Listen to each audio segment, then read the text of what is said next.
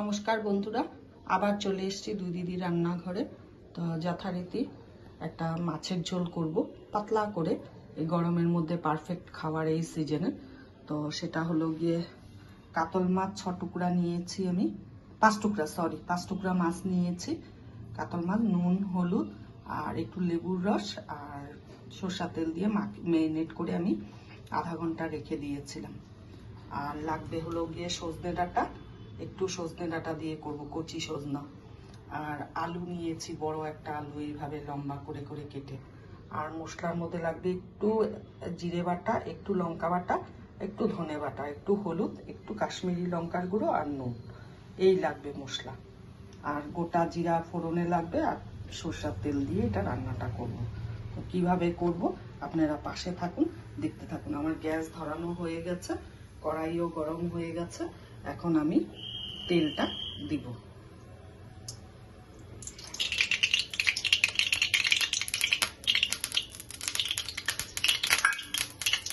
তেলটা কড়াইতে দিলাম, তেলটা গরম হোক, তো পরে আসছি আমি। মাছটা যখন ছাড়বো তখন দেখাবো। পুরা গরম হয়ে গেছে, এই অবস্থায় এখন আমি মাছটাকে ছাড়বো এক এক করে। 5 টুকরা মাছ তো একসাথে ভেজে নেব, আর আলাদা করে করে ভাজবো না।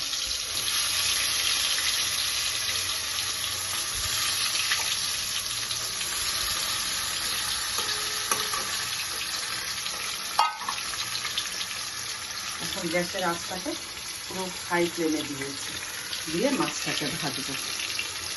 আমি ঢাকা দিয়ে দিব, আমার সব মাছ ফোটে, ঢাকা দিয়ে আমি ভাজি।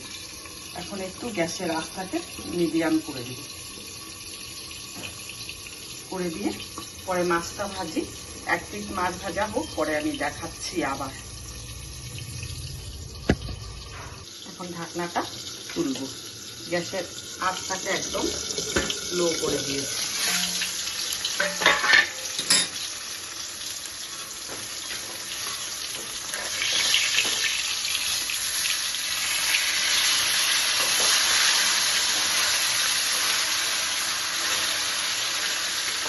এক পিস মাছ ভাজা হয়ে গেছে, এখন আবার আরেক পিস হয়ে যাবে, তারপরে মাছটাকে তুলব।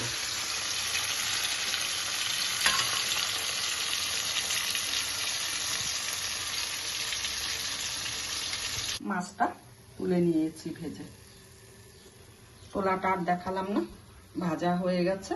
এখন আমি এই অবস্থায়, তেল গরম, ওই একই তেলে আমি রান্নাটা করব। গোটা জিরাটা দিয়ে দিচ্ছি।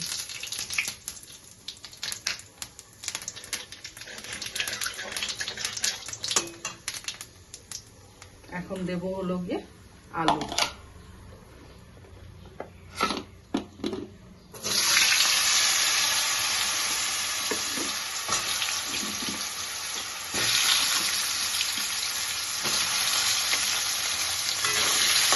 আলুটা দিয়ে একটু নাড়াচাড়া করবো, একটুখানি করে নিয়ে পরে সজনে ডাঁটাটা দিব। আলুটা একটু ভাজা হোক, তারপর সজনে ডাঁটাটা দিব।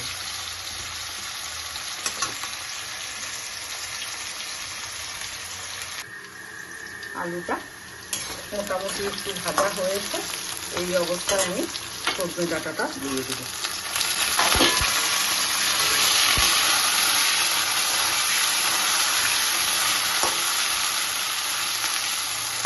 দিয়ে একটু 1 সেকেন্ডের জন্য একটু ঢাকা দিয়ে দিব, আর গ্যাসটা কমিয়ে দিব।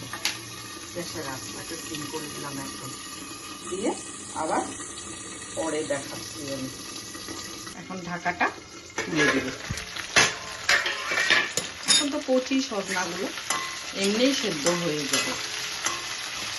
আলু সজনা দুটোই ভাজা হয়ে গেছে। কাতল মাছের তো মোটামুটি আমার চ্যানেলে রেসিপি অনেকভাবেই আছে, তো আজকে ভাবলাম যে এইভাবে গরমে সজনে ডাঁটা দিয়ে করি, কচি সজনা দিয়ে, তাই আপনাদের সাথে শেয়ার করার জন্য করছি। এখন মশলাটা দিয়ে দিব।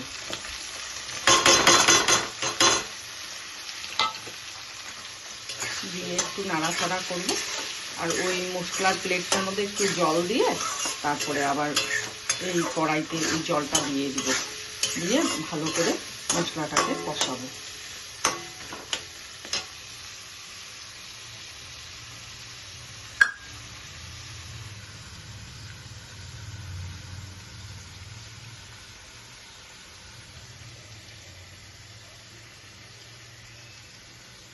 এখন হলো গিয়ে এই জলটা দিয়ে দিচ্ছি এখানে।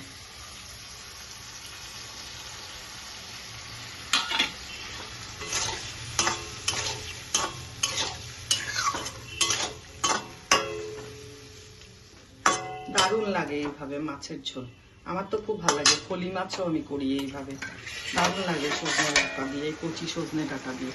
এখন একটু ঢাকা দিয়ে দিলাম, তারপরে পরে মশলাটা কষানোর সময় আবার দেখাবো আপনাদেরকে। এখন ঢাকনাটা আবার তুলবো আমি, তুলে নিয়ে এখন মশলাটাকে ভালো করে কষাবো।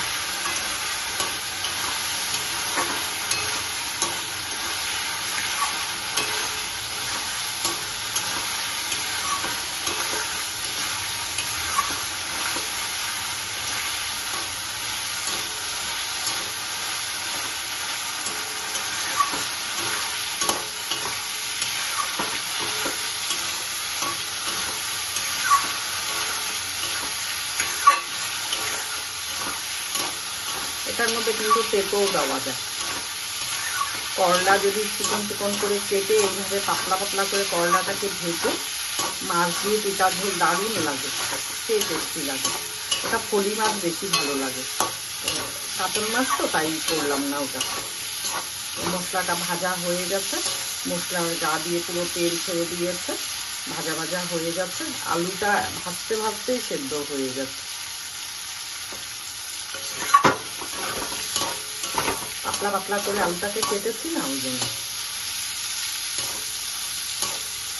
মশলা ভাজার গন্ধও বেরিয়ে গেছে, এখন মশলাটা লেগে যাচ্ছে কড়াইয়ের মধ্যে। এখন আমি এই যে জলটা দিয়ে দিব।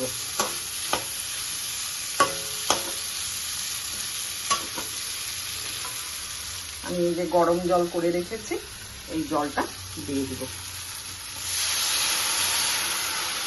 পুরো জলটাই দিয়ে দিলাম। এটা ঝোলটাই মনে হয় শুধু এমনি খায়, দারুণ লাগে।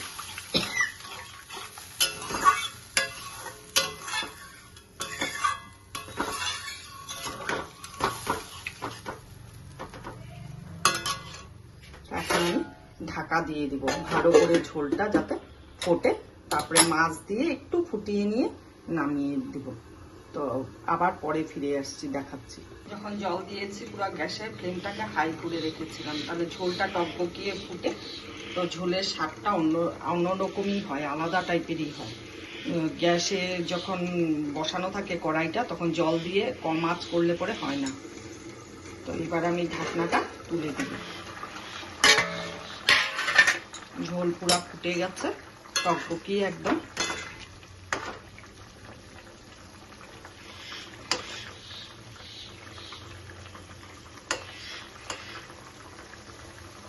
আলু সেদ্ধ হয়ে গেছে পুরা। এখন আমি এক এক করে মাছগুলো ছেড়ে দেব। একদম খুব সাধারণ রান্না, আর খেতেও দারুণ লাগে এই গরমে। এখন ওয়েদারটা তো ভালো না, না ফাল্গুন চৈত্র বসন্তকালটা তো মানে চারিদিকে রোগ সৃষ্টি, চারিদিকে পেটের সমস্যা, জ্বর, অনেক রকমেরই সমস্যা হয়।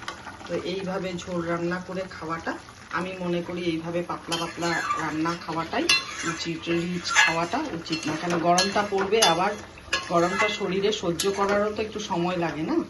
তার আগে এইভাবে শীতটা গেল কেবল, তো এইভাবে করলে আমি মনে করি ভালো হয়। তো একবারে পরে আমি এই যে মাছটা একটু ফুটুক, একবারে আপনাদেরকে পরে আমি দেখাচ্ছি মাছের ঝোল নামিয়ে নিয়ে।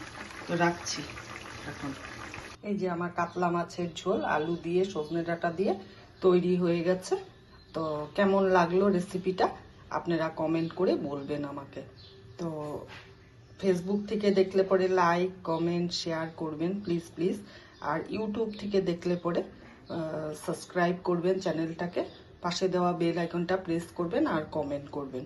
তো নিত্য নতুন ভিডিও নিয়ে আসার জন্য আপনারা আমাকে উৎসাহিত করবেন। তো আজকের জন্য রাখছি, টাটা।